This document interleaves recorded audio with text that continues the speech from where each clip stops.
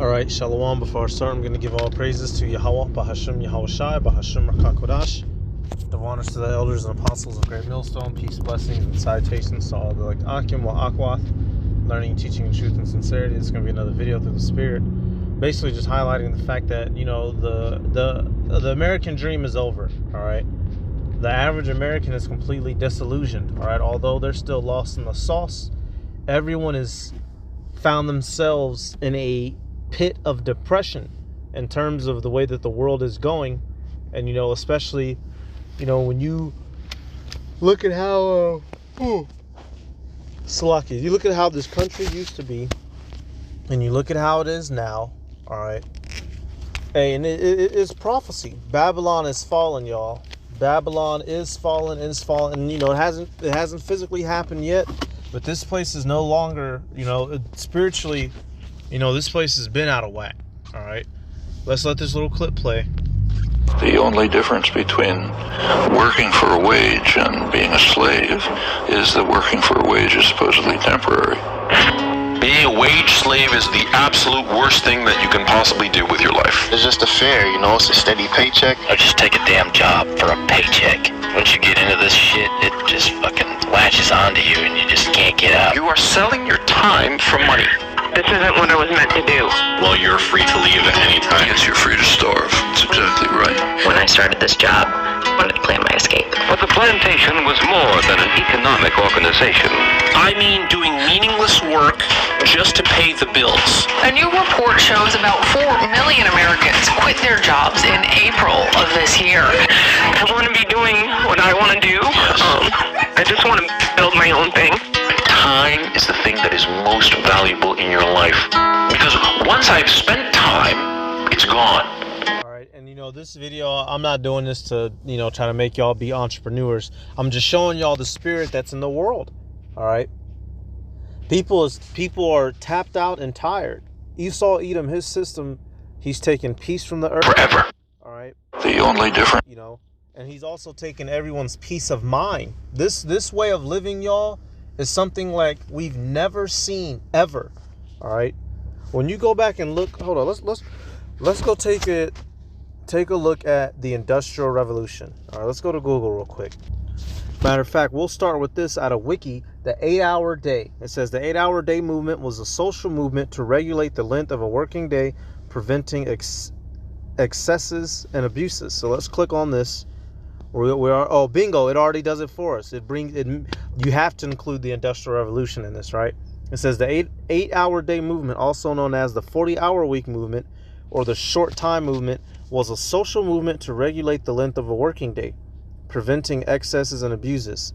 The 8-hour workday has its origins in the 16th century Spain, but the modern movement dates back to the Industrial Revolution in Britain, which also happened here in America, where industrial production in large factories transformed working life. At that time, the working day could range from 10 to 16 hours.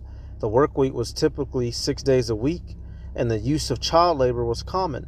The first country that introduced the 8-hour workday by law for factory and fortification workers was Spain in 1593. In contemporary era, it was established for all professions by the Soviet Union in 1917, y'all. So this is a system that this devil has been shaping for a while. All right, when you read in the scriptures, let me get this. All right, let me see. You go to Leviticus, right? You know, you worked for yourself and your family. All right. Now, granted, you know, there were servants. Obviously there were people who worked for other people. But this system that we find ourselves living in, going and punching in at a clock, all right, writing referrals and reports. This is a very unnatural and robotic thing. And the spirit is not designed to do that shit for 60, 70, 80 years straight. That's why so many people have found themselves disillusioned and, you know, just utterly depressed, all right, if you will. Leviticus 19 and 13, thou shalt not defraud thy neighbor, neither rob him. The wages of him that is hired shall not abide with thee all night into the morning. So what does that mean? You get your pay that day. If you are an ancient world fisherman, you gather your fish for the net in the net. You'd go to the market and you could sell them that day. All right, you may make you know, it was shekels back then. Let's say you was able to fucking gather 100 pounds of fish that day. All right, now I don't know if that's a lot or a little, but you know, to me that sounds like a lot.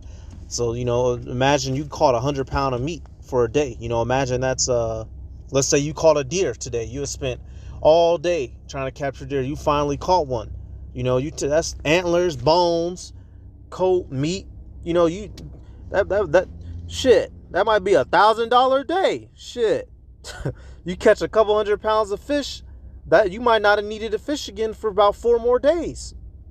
You know, after you went to the market, sold it, had the fish get chopped up, deboned. You know, motherfuckers will make some. You can sell the teeth, make little necklaces. Well, we're not living in a world like that anymore. We're living in this robotic industrial system, and people have grown sick of it. The Industrial Revolution was the transition to new manufacturing processes in Great Britain, continental Europe, and the United States that occurred during the period from around 1760 to about 1820 through 40. The transition included going from hand production methods to machines, y'all. When these machines kicked in, that's when it was a wrap. All right. The elites, they don't care about human beings. They want their goals to be met, and if machines is more speedy methods, then they'll do it. Which is why we found ourselves now in modern day society. Our work is intertwined with what? Machines. You're no longer, you're not out here, you're not able to go hunt and skin the deer and all. They don't need you to skin the deer. They have machines that do that. They don't need you to go fishing. All right. All they need is you to steer the boat. They got cranes and long arms to do that. They don't need you to paint. They got machines that do that. They don't need you to. They don't need a whole bunch of hole diggers. They got big old cranes and what are those things called that dig dirt with the claw on them? Not tractors. I forget the name of them. Y'all know what I'm talking about, right? All right. But Esau, he set up a world. His little artificial world is overtaking the organic world. All right. Which is why people have found themselves depressed. And that just reminded me of another video that I wanted to do. This guy, Esau Edom, is so lame, y'all. Since he's been rejected by the Heavenly Father, he's had to create his own world where he's a celebrity and he's the cool guy. Which is why you have all this social media and movies and all the, false history. He had to create a world where he's the chosen one and he's not. All right. But let's take it back, actually. Getting ahead of myself. It says new chemical manufacturing and iron production processes. The increasing use of steam power and water power, the development of machine tools, and the rise of mechanized factory system. Output greatly increased, and the result was an unprecedented rise in population and a rate of population growth. So yeah, you get more work rate, but you decrease the quality of life because everything is being transferred to machinery, which we are not. We're organic. All right. Let me come down. Let's see what some of this says. Etymology, requirements, and plural social effects. Here we go. So let's get some scriptures real quick. All right, showing you, hey, this man, y'all, he set up a system to oppress the world, which is why everyone feels oppressed. Even Edomites is running around crying that they feel fucking oppressed. Well, you catching it from your own people. Don't complain to us. It's your own people oppressing every goddamn body. Matter of fact, you have this scripture, labor. Okay, yeah, you have this scripture. This is actually dealing with us, the Israelites. Damn, y'all, come on. Labor. There we go. We'll do hand. Son of a bitch. Every hand of the laborer. Y'all know what I'm looking for. I believe it's Job. Shit, man. Is it Job or is it Amos? Salakia, y'all. I'm mental cloud.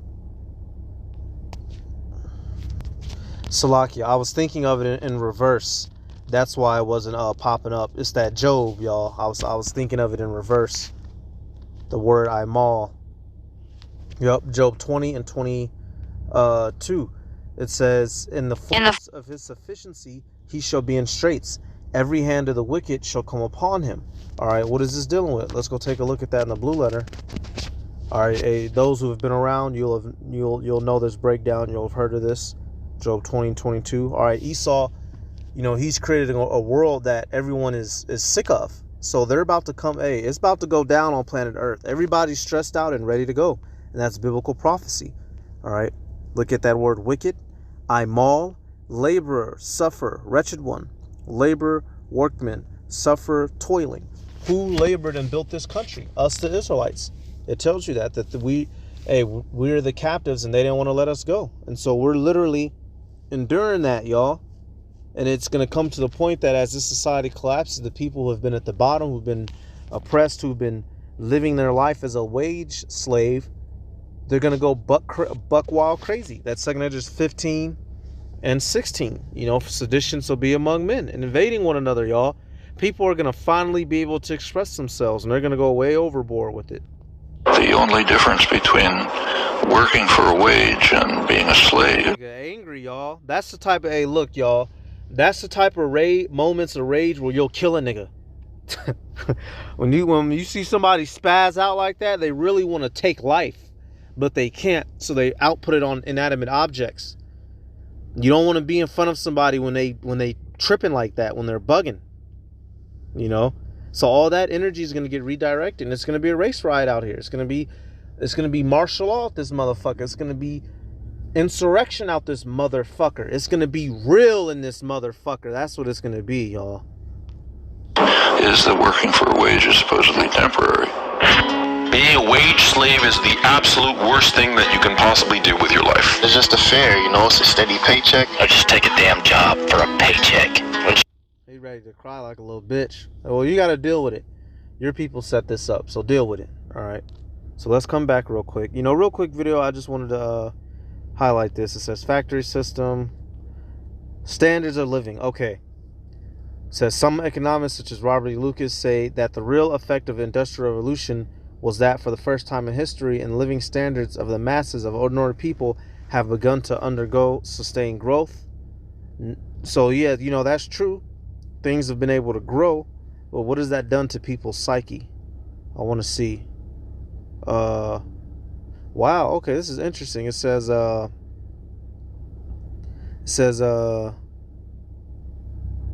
similar, the average height of the population declined during the Industrial Revolution, implying that their nutritional status was decreasing. Real wages were not keeping up with the price of food, and that's true, y'all. That's one of the effects. You got smart technology, but what? Stupid people, strong machines, and our weak bodies. We're no longer getting out here and walking the miles that are, man, y'all, look, my great granddad passed, a year and some change ago. This man was still lifting iron in his 80s, y'all. He was a slender man, but he was known for being incredibly fucking strong, to the point to where you wouldn't think a person as slim as him was as strong as he was. Even, his whole life he was slim. He was in the military and whatnot, and he worked in a plant, I believe one of the big three, either GM. I think he worked for Dodge, actually. But I say that to say that he, the quality of life, y'all, it's gone down every decade. Why? Because the technology is getting greater as our bodies are becoming weaker. All right, let me see. I want to see, says the effects on living conditions of the Industrial Revolution have been very controversial and were hotly debated by the economic and social historians from the 1950s to the 80s. And I wonder why. All right. When you look at the way things are, everything has gone down. All right. Food and nutrition. It says chronic hunger and malnutrition were the norms for the majority of the population of the world during including Britain and France, to the late 19th century. Blah, blah, blah. Let me see. Let me see.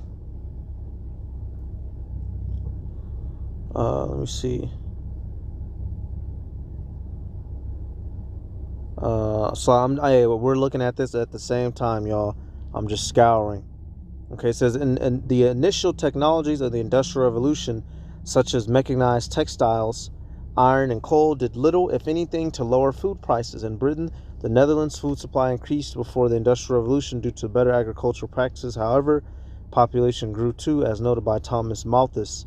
So, you know, as the world advanced, the quality of life has gotten worse. That's the point of this video, which is why people find themselves depressed and ready to rebel. All right, let me see. Sanitation, water supply, literacy. You know, you can come look at all this yourself. This is just a real quick video. I just wanted to highlight this. You can see that, you know, he set up this system to so-called advance life, but really it's just fucked everything up. All right. So hey, I'm gonna give all praises to Yahweh, Bahashim Yahweh Shai, Bahashim, Rakakurash, the waters to the elders and apostles of Great Millstone. Peace, blessings, and salutations all like Akim wa Akwath, learning, teaching truth and sincerity.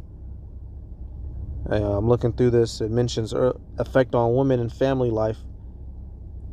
Hey, the family's been broken apart because everybody has to work now. Hey, right here, look. It says lower class women were forced to take poorly paid jobs. Capitalism, therefore, had a negative effect on powerful women. Ain't no such thing as a powerful woman, but you get the point right there. All right. This shit has destroyed the quality of life, so people's ready to go crazy out here. All right, so hey, shalom.